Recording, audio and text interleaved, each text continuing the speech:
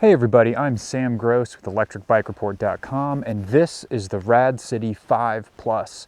It's a Dutch-inspired electric commuter bike that's been entirely redesigned, including the frame, the motor, and the battery. We're going to put this bike to the test today to see how it performs in the real world, so stick with us to see how it goes.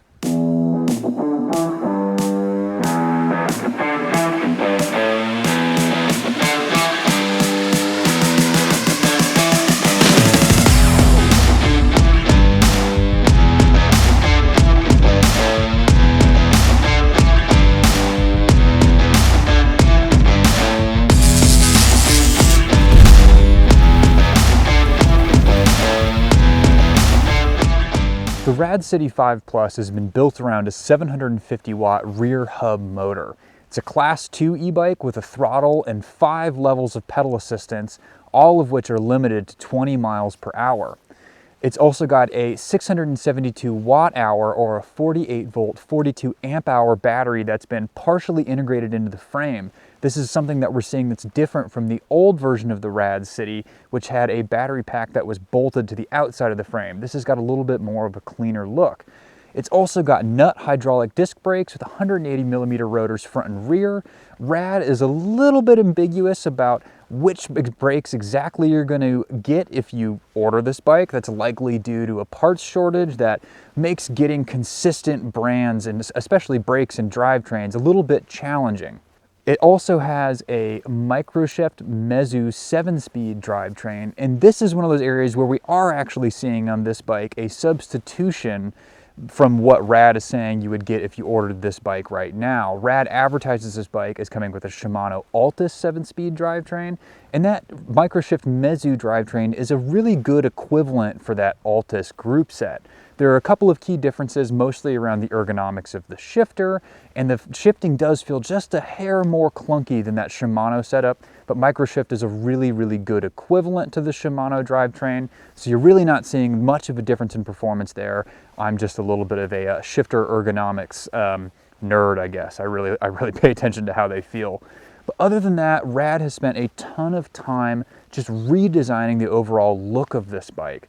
It's a much more aggressive frame. It's really similar to the new redesign we saw debuted of the Rad Rover. In fact, they look almost identical aside from the fatter tires on the Rover and the skinnier commuter style tires on this bike. But Rad has really spent a lot of time thinking about the ways this bike could be used, not just how it looks. They have put a rack on it that is rated for 59.5 pounds in the rear end. That rack is also ready to go and adaptable to things like the Thule Yep Child Max seat, something that's really popular. They've also got pre-drilled and threaded bolt holes back there for different accessories, and they've also got bolts in the front end for different racks. You can really set up this bike to be very utilitarian and serve any purposes you have, like any good commuter should. So Rad has spent a ton of time rethinking this bike. We've been really impressed with it so far. Another key difference that we're seeing about the RadCity 5 Plus from the old RadCity is this new display setup. Rad has redesigned the entire cockpit. They have 2 displays instead of 1 now. There's one display in the center that functions as your primary display. It shows you your speed and all of the applicable ride metrics. And then you've got another display on the left-hand side that also pulls double duty as a touchpad. That's where you see your battery readout and stuff like your PAS levels. Now, there's not a whole lot I don't like about this bike. We've spent a considerable amount of time on the RadCity. This is actually the second RadCity we've reviewed. We've reviewed the step-through bike prior to this. They've done a phenomenal job with it.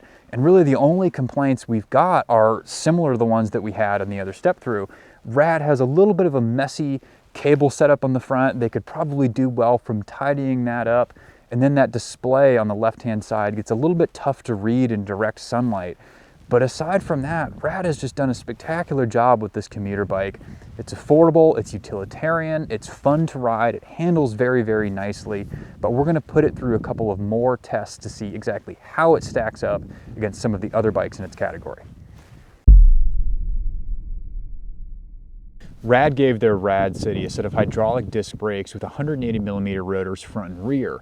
Now, Rad on their website is fairly nebulous about what brakes exactly you're going to get on this bike. That's likely due to an ongoing parts shortage that specifically has made hydraulic disc brakes difficult to source, so you are likely going to get one of a couple of different brands. But this specific bike came with a set of nut hydraulic disc brakes, which is a brand we're not super familiar outside of Rad's bikes. This is actually the third Rad that we've tested with these brakes.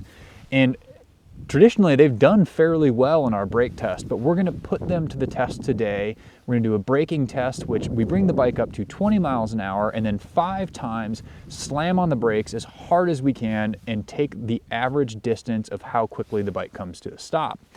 My guess is this bike's going to do well, just like the other Rads we've tested, but let's put it to the test and see how it does.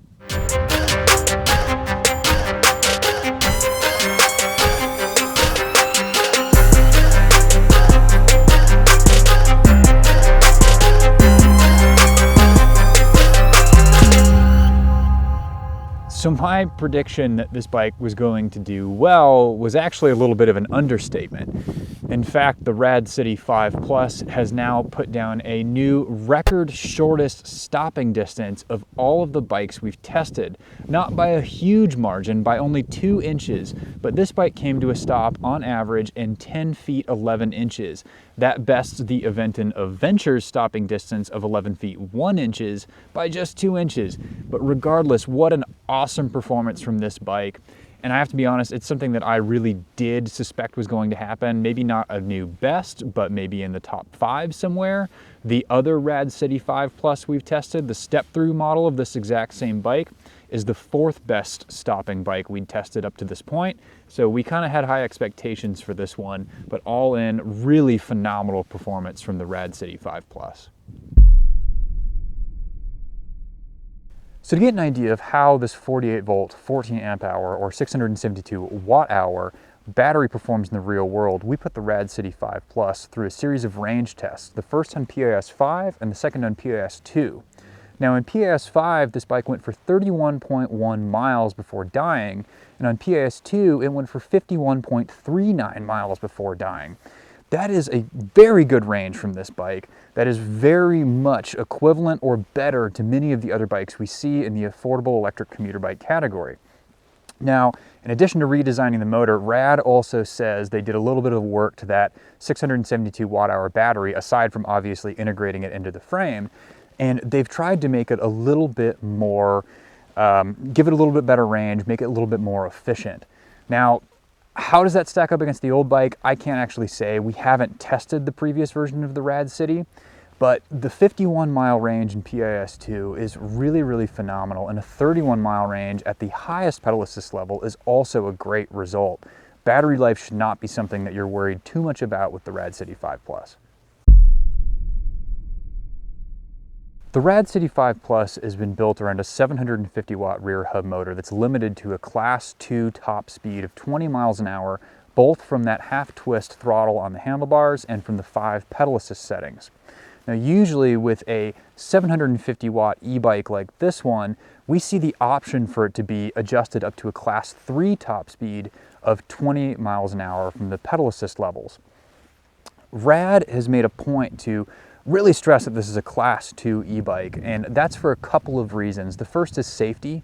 20 miles an hour as a top motor-assisted speed is a little bit more reasonable, especially in areas with crowded pedestrians and dog walkers and things like that, than the Class 3 pedal-assisted speed of 28 miles an hour. The second is Rad is arguably one of the most conscientious companies I've come across when it comes to the really inconsistent e-bike laws of all the different states in the United States. And by limiting it to Class 2 on both the throttle and pedal assist levels, they're doing their best to make sure they're staying legally compliant in as many states as possible. I actually personally like the Class 2 limit. I spend a lot of time, especially on this bike, riding on bike paths around other people, around dogs and kids, and I like the fact that I don't have to be too concerned about going really, really fast on the path. It just feels a little bit more manageable, a little bit more reasonable of a top speed. And then in addition to that, The motor just feels really, really nice. They've done a great job of programming it to have a gentle start with plenty of torque for hill climbing and a really nice ability to maintain a high top speed. We put this motor to the test around our Electric Bike Report test circuit. We did 1 lap in each of the 5 pedal assist levels, plus a lap with the motor entirely off. What we found was that in PAS 5, the bike's highest pedal assist level, we saw a 19.6 mile an hour average lap. That actually identically matches the RadCity 5 Plus step through we tested a few months ago. So fairly consistent result from the RadCity 5. We also saw that in PAS 1, we just really didn't get much assistance out of this bike. That's a huge part of the reason that we did our range test in PAS 2. And then we really saw a jump in speed at PAS 3. That's a lot of different numbers, but basically what that all adds up to is Rad has been very thoughtful in how this bike has been tuned, and they've done a good job with making it controllable by the end user, that you can pick what pedal assist level you want to be in and control your speed. So as we mentioned briefly before, Rad has spent a ton of time redesigning their cockpit. As opposed to many of the other e-bike companies, Rad has actually split their displays from 1 to 2. You have one main display in the center of the handlebars that makes all of your main riding metrics very, very easy to read. Things like speed, distance, time, your total mileage that you've logged on the bike, things like that. Then on the left-hand side, you have a secondary display that shows which pedal assist level you're in and then how much battery you have left. You also have some buttons over there to control the headlights, turn the bike on and off, and actually select your PAS level. Now, that left-hand display is one of the few gripes we actually have with this bike. It's something that we've had in all of Rad's recent generations, all the bikes that look like this. It can just be kind of tough to read in direct sunlight. I found myself having to shade it to be able to check my battery life. It's kind of a minor inconvenience, but worth noting. Rad also could probably do a better job at cable management. I'm sure you can see just this massive cables on the front of the bike. It just doesn't look very tidy. Again, a very small complaint. It's an aesthetic complaint, but I personally expect more from a company that's really quickly become an industry leader in affordable e-bikes. This could be cleaned up very easily, but again, a small complaint. The bike's handling is really, really, really nice. It's remarkably stable. They've really taken a page out of that Dutch city style bike where you got a nice upright body position. It's very comfortable. It's placed a premium on pedaling efficiency, so it pedals very, very nicely. It feels like it's definitely using the most of your legs that it can without taxing you too much. And then the actual control of the bike, the steering, the braking, how it feels going uphill, it's all very neutral, very balanced. It's a very, very predictable bike. I could see this thing being very easily at home in a much more crowded environment than the bike paths here in Southwest Utah. Someplace like a city where you're going to a market and picking up groceries and then dropping a kid off at school and then making your way to work. This bike would do very, very well in that crowded environment simply because it handles so predictably and stably. To get an idea of how the RadCity 5 Plus's 750 watt rear hub motor performs uphill, we've brought it out to our test hill Hellhole. Now Hellhole is a 1/3 of a mile long, it's a 12% gradient on average. It's very steep, it's very long, plenty of hill to be able to put this bike to the test and see how it performs. Now Rad says this 750 watt rear hub motor has been retooled to climb 40% quicker than the previous iteration of the motor. We don't have a great way to test that claim. We haven't reviewed the previous model of the RadCity, but we're gonna get a good idea of just how it performs in general uphill. So let's put it to the test and see how it goes. All right, this is the throttle only test of the Rad Power Bikes RadCity 5 Plus. This is Rad's 750 watt rear hub motor, which was redesigned for this generation of Rad Power Bikes. And Rad says it's going to climb 40% quicker than the previous generation. Not a good way for us to test that, mostly because we haven't reviewed the old Rad Power Bikes RadCity. But so far it's doing fairly well up our test hill. Though we are starting to see some struggle in the longest and steepest section of the hill, which we are almost through right now.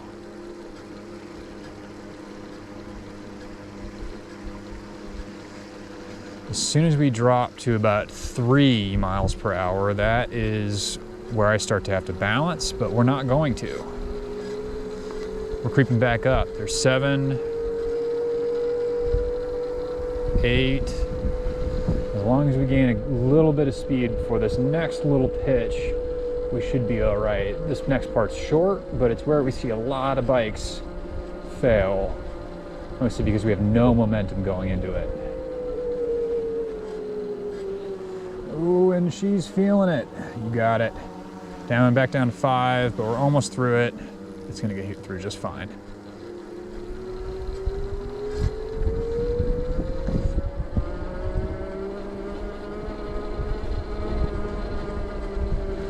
And once we get up close to this gate, we're about home free. This is the last steeper section.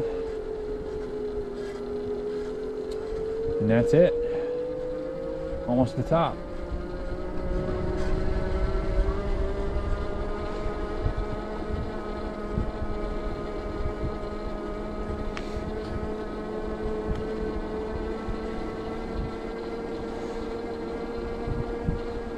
And that pulls our finish line. All right, so now on to the PAS 5 hill test of the RadCity 5 Plus. We saw a little bit of struggle on the throttle only, which pretty normal. But let's see how it does with the help of my legs. So we're getting to cycle through the gears. That micro shift drivetrain doing its thing. We're seeing a humongous difference in speed with fairly moderate amount of effort from my legs. Through the steepest and longest section.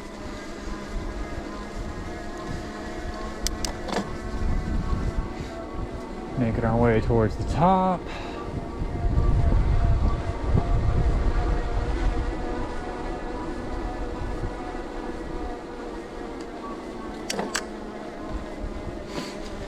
Luckily that micro shift drivetrain does work well. So I'm having to do quite a bit of shifting. That's just because I like to.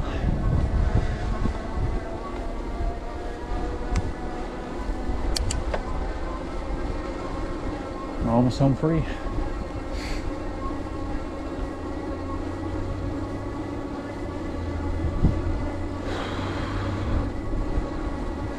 And that's it. The RadCity 5 Plus did just fine up our test hill, getting to the top in PAS 5 in 1 minute 20 seconds with an average speed of 13.6 miles per hour. And then in the throttle only portion of the test, cleared the top in 2 minutes exactly with an average speed of 9 miles per hour. That's a great result out of this 750 watt rear hub motor. Now, does it climb 40% faster than the old bike? We can't really check that claim based on these results alone, but it did clear the top of Hellhole, which considering the steepness and the length of this hill, that's a feat in of itself. So good result from the RadCity 5 Plus. All in all, I've been really impressed with the RadCity 5 Plus. Again, this is the second edition of the new RadCity that I've personally reviewed. A few months ago, we reviewed the RadCity 5 Plus step through. This is a little bit of a larger frame. One of my complaints about the old step, or not, excuse me, the old step through, but the step through version of this bike was that it was designed specifically for smaller people, which doesn't fit me super well at 6'1" tall. This bike fits perfectly though. It's incredibly comfortable. I can get a full leg extension. It really suits me as a larger person very well. But I do think it would also suit really anyone who's looking for a good traditional diamond frame electric commuter bike. The handling is remarkably stable.